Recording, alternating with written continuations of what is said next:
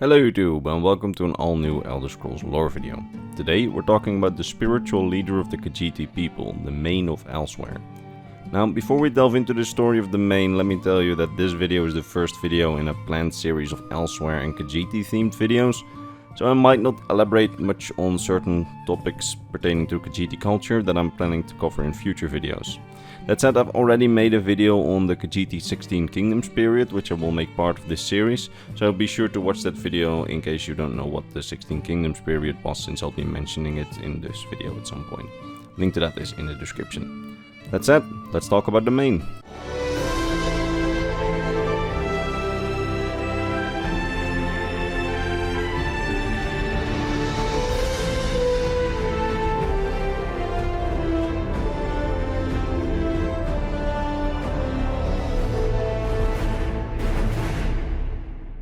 So, as said during the intro, the Mane of Elsweyr is the spiritual leader of the Khajiit people, and a figure of immense respect and influence across Elsweyr. This means that, opposite to what many people may think, the Mane is not the political leader of Elsweyr, but more or less its religious leader, comparable to the Pope and the Dalai Lama in our own universe. The Mane usually functions as a largely neutral figure in Elsweyr's politics, often acting as a peacemaker between the political rulers.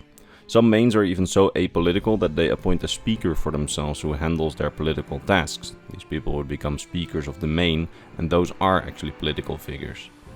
In some depictions of the idea of the Mane being a peacemaker, the whole idea gets taken even further, where they state that the Mane is essentially the glue that's holding Elsweyr together, as he or she embodies all ways of life and represents all clans of Khajiit in Elsweyr.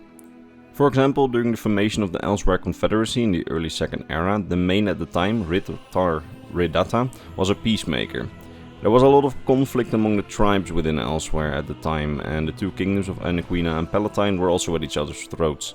So the Mane intervened as a neutral figure and revealed what was called the Riddle Thar Epiphany. Essentially, this epiphany was a new way of governing based on the phases of the moons, with the Mane himself standing at the center of it all as its neutral leader of all Khajiit people and head of their religion. From that moment on, the Mane would be the undisputed spiritual ruler of all Khajiit people, which is why the Mane Tar Ridada is often credited with the title of the first Mane of Elsweyr. That isn't to say that there weren't Manes before him, but the Manes before him were often simply aligned to one of the tribes or kingdoms, as there's evidence that the Mane has existed for a long time before Tar Ridada took on the title of the first Mane of Elsweyr. For example, we've had evidence of Manes being an influence in Elsweyr since the First Era and maybe even earlier. Back then, the Manes were the spiritual leaders of their own tribes, or in some cases even spiritual leaders over multiple tribes. It is during this period that the name Mane actually came to be, as within Khajiit tribes it was tradition for the Khajiit of the tribe to all shave off their own manes in honor of their spiritual leader, and then bring him a lock of their own manes, which their spiritual leader would then braid into his own mane. This is what gave the Mane his name, as the Mane would carry with him parts of the manes of his entire tribe. Over time, as this tradition remained while the Khajiit tribes eventually grew into the 16 kingdoms, this tradition became very impractical, as the kingdoms would become bigger and bigger until the Mane was so weighed down by the mass of all the Khajiit hair that he could eventually no longer walk by himself and needed to be carried around on a palanquin. We actually have this interesting piece of concept art from the early days of the Elder Scrolls series showing why this became very impractical. As you can see, the Mane is completely covered in hair from all the Khajiit in his kingdom or tribe. Because of this impracticality, the Mane would often no longer wear the manes of all those in the kingdom and rather only wear braids of hair from his own warrior guard and the closest of his own tribe. This is what we can actually see in the Elder Scrolls Online, where the Mane Akuzuri has braids of hair of his own guardsmen and his tribe attached to his helmet. That said, the Khajiit believe that everything in their lives is dictated by the phases of the moon, which they call the lunar lattice. The Mane is supposed to be the ruler of the lunar lattice and chief interpreter of the moons. For example, if a few moon priests disagree on something pertaining to the moons, then the Mane can break their argument up, as his word is always final, as he is seen as the ultimate authority on the lunar lattice. Within the Mane's palace in the city of Torval, the Mane spends a lot of his time meditating to the moons and on the moons. The reason for this is that the Mane actually has a very special connection to the moons, and it is in fact so that the Mane is a completely separate breed of Khajiit. You see, every aspect of the Khajiit's life is bound to Nirn's moons, Messer and Secunda. Even the birth of a Khajiit is linked to the moons, as the phases of the moons determine what type of Khajiit a newborn Khajiit will become. There are many types of Khajiit, and we will get into them and into the moon birth cycles at a later date in a specific video on that. But what you need to know for now is that sometimes there's a very rare occurrence of the two moons overlapping each other in a lunar eclipse. During one of these eclipses, the Khajiit believe that a third moon is shown, the dark moon.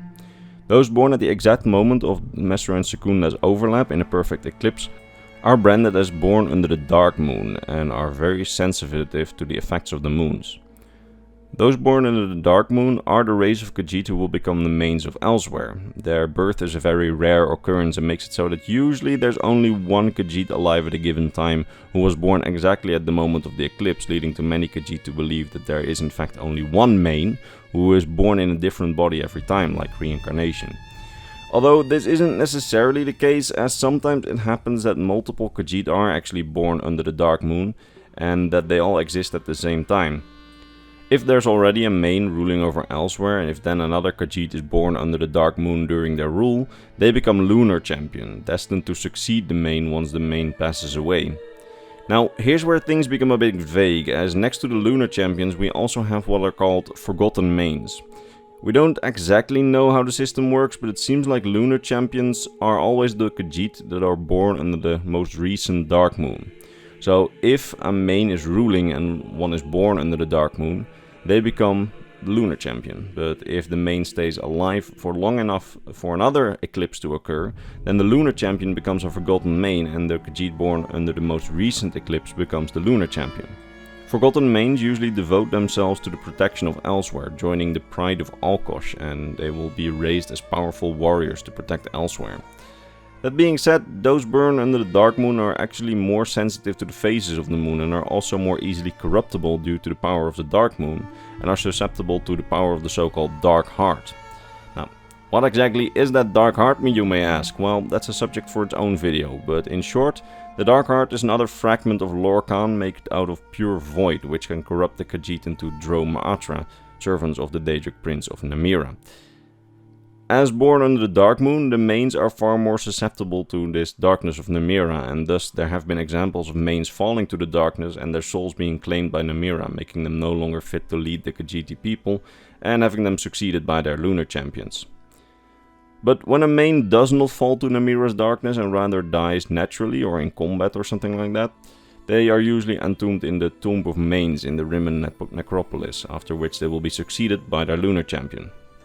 Now, some interesting notes here are that during the Second Era there was a unique occurrence, as during the reign of the main Akuzuri, who we can meet in the Elder Scrolls Online, a Khajiiti mother gave birth to twins during the eclipse, making it so that for the first time in Khajiiti history there were two lunar champions who both had the right to succeed the main, as they were both born at the same time during the most recent eclipse. As player, you can accompany the two lunar champions, Shazza and Kali, and ultimately you, as the player, can influence who of them becomes the main to succeed Akuzuri after several trials. Another interesting tidbit is that during the early 4th era, the main of Elsweyr was actually assassinated for unknown reasons. We don't exactly know who did it or why they did it. The Empire suspects that the Thalmor did it, but we don't really have conclusive proof for that, nor do we know whether there is a main during the period of Skyrim, when Anaquina and Palatine, the kingdoms of Elsweyr, are client states of the Altmerry Dominion. We don't know whether there is still a main in the time of Skyrim who still has authority in Elsweyr, or perhaps he is and he's working with the Thalmor, or perhaps he was forced to even flee abroad. We unfortunately don't really know what the situation is. That said, this was my video on the mains of Elsweyr. I hope you enjoyed this short video. If you did, consider sticking around for the next Elder Scrolls Lore video next week. Now, before I end things, allow me to vocally mention my top Patreon supporters, Mr. Bernardo Binda, Gabriel Binda, Polarized Poutine, Sar Mikhail, Sword of Bushido, and Mr. Christmas. These amazing people, along with all the others on screen, keep this channel alive, and for that, I am very grateful. That said, I will see all of you next week in the next Elder Scrolls Lore video. Bye bye.